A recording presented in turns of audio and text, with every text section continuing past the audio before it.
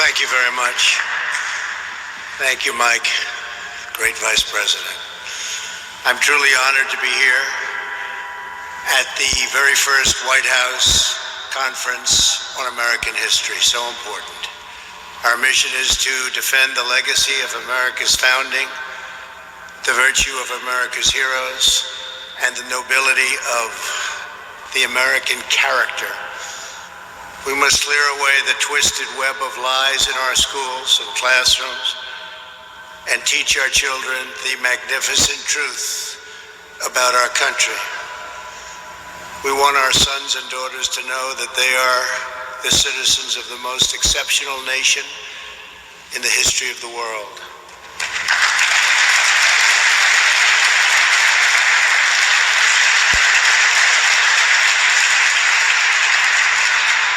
To grow up in America is to live in a land where anything is possible, where anyone can rise, and where any dream can come true, all because of the immortal principles of our nation's founders, inscribed nearly 2.5 centuries ago. That's why we've come to the National Archives, the sacred home of our national memory. In this great chamber, we preserve our glorious inheritance, the Declaration of Independence, the Constitution, the Bill of Rights. On this very day in 1787, our founding fathers signed the Constitution at Independence Hall in Philadelphia. It was the fulfillment of 1,000 years of Western civilization. Our Constitution was the product of centuries of tradition, wisdom, and experience. No political document has done more to advance the human condition or propel the engine of progress. Yet as we gather this afternoon, a radical movement is attempting to demolish this treasured and precious inheritance. We can't let that happen.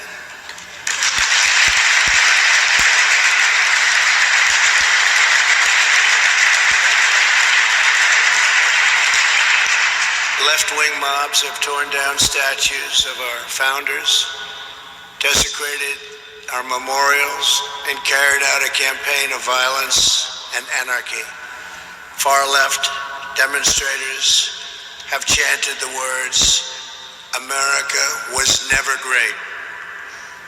The left has launched a vicious and violent assault on law enforcement, the universal symbol of the rule of law in America. These radicals have been aided and abetted by liberal politicians, establishment media, and even large corporations.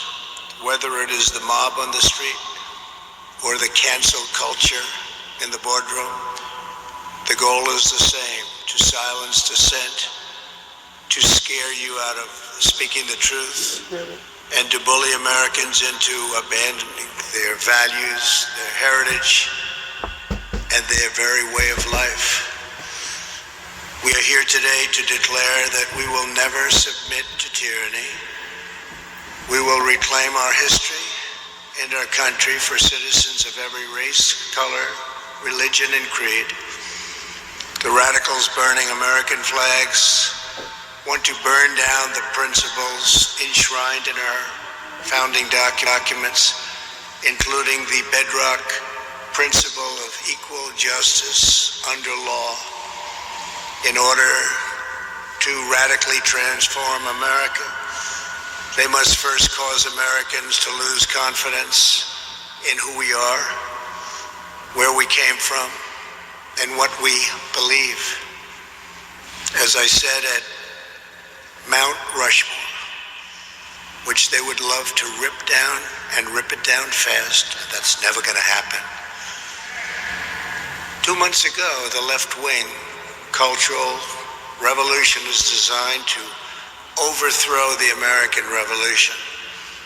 As many of you testified today, the left-wing rioting and mayhem are the direct result of decades of left-wing indoctrination in our schools. It's gone on far too long. Our children are instructed from propaganda tracks. like those of Howard Zinn, that try to make students ashamed of their own history. The left has warped, distorted, and defiled the American story with deceptions, falsehoods, and lies. There is no better example than the New York Times totally discredited 1619 Project. This project rewrites American history to teach our children that we were founded on the principle of oppression, not freedom. Nothing could be further from the truth. America's founding set in motion the unstoppable chain of events that abolished slavery, secured civil rights, defeated communism and fascism, and built the most fair, prosperous nation in human history.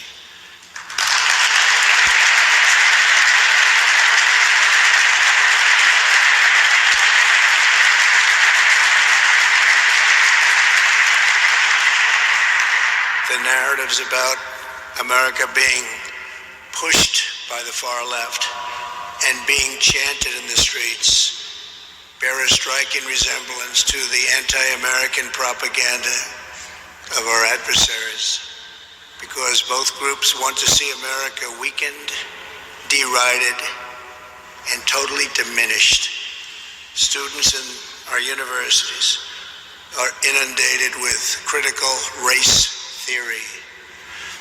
This is a Marxist doctrine, holding that America is a wicked and racist nation, that even young children are complicit in oppression, and that our entire society must be radically transformed. Critical race theory is being forced into our children's schools.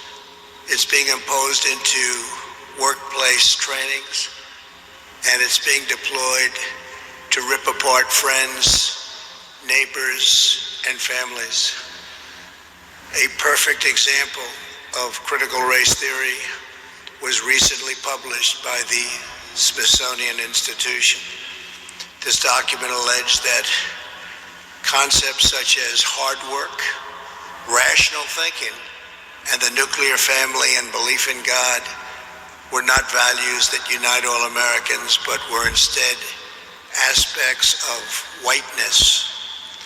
This is offensive and outrageous to Americans of every ethnicity, and it is especially harmful to children of minority backgrounds who should be uplifted, not disparaged.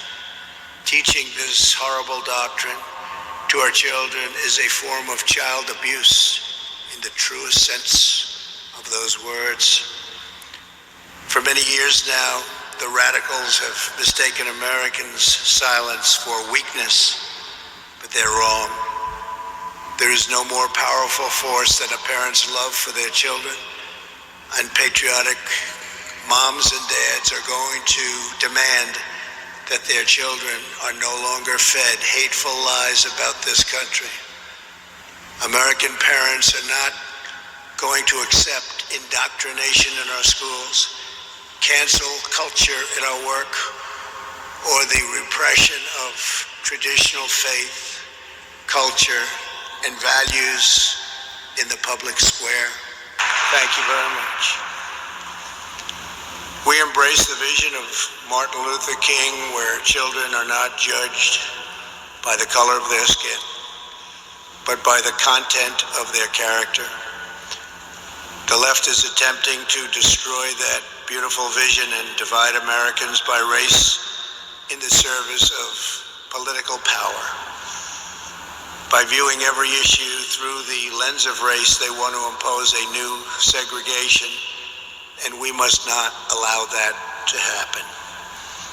Critical race theory, the 1619 Project, and the crusade against American history is toxic propaganda, ideological poison that, if not removed, will dissolve the civic bonds that tie us together, will destroy our country. That is why I recently banned trainings in this prejudiced ideology from the federal government and banned it in the strongest manner possible.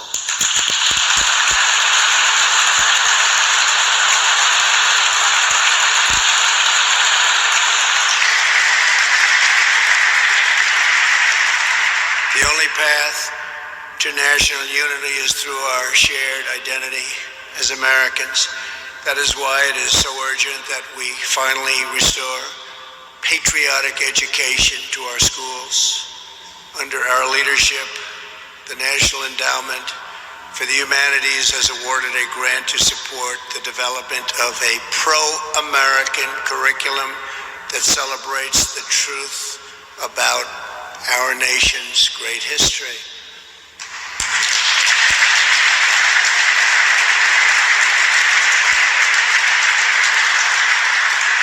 We are joined by some of the respected scholars involved in this project, including Professor Wilfred McClay. Wilfred, please, thank you very much. Thank you. Dr. Peter Wood of the National Association of Scholars. Dr. Peter. Thank you. And Ted Rebarber. Thank you, Ted. Thank you very much, Ted.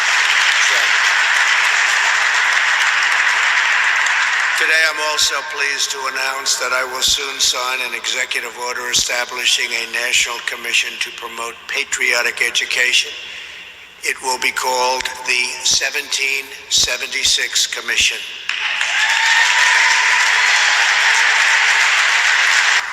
It will encourage our educators to teach our children about the miracle of American history and make plans to honor the 250th anniversary of our founding. Think of that, 250 years.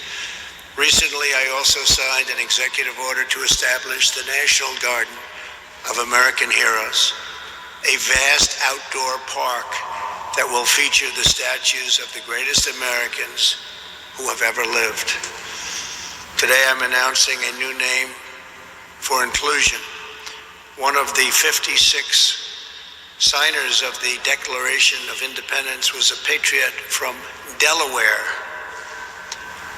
In July of 1776, the Continental Congress was deadlocked during the debate over independence. The delegation from Delaware was divided. Caesar Rodney was called upon to break the tie, even though he was suffering from very advanced cancer. He was deathly ill. Rodney rode 80 miles through the night, through a severe thunderstorm, from Dover to Philadelphia to cast his vote for independence.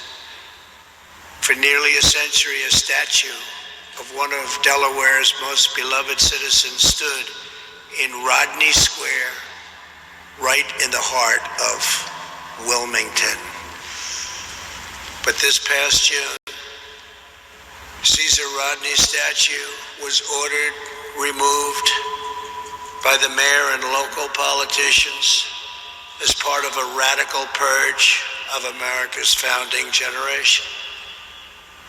Today, because of an order I signed, if you demolish a statue without permission, you immediately get 10 years in prison.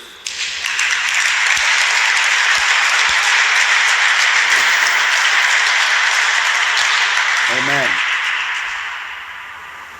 And there have been no statues demolished for the last 4 months, incredibly, since the time I signed that act.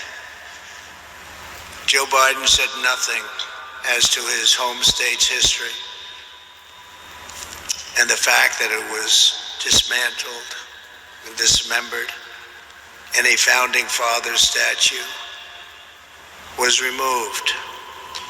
Today, America will give this founding father, this very brave man who was so horribly treated, place of honor he deserves, I'm announcing that the statue of Caesar Rodney will be added to the National Guard of American Heroes.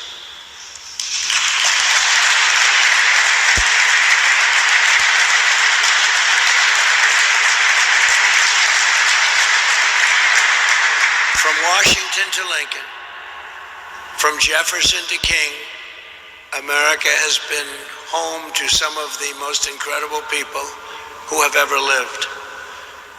With the help of everyone here today, the legacy of 1776 will never be erased.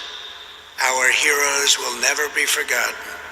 Our youth will be taught to love America with all of their heart and all of their soul. We will save this cherished inheritance for our children, for their children, and for every generation to come. This is a very important day. Thank you all once again for being here. Now I will sign the Constitution Day proclamation. God bless you and God bless America. Thank you very much.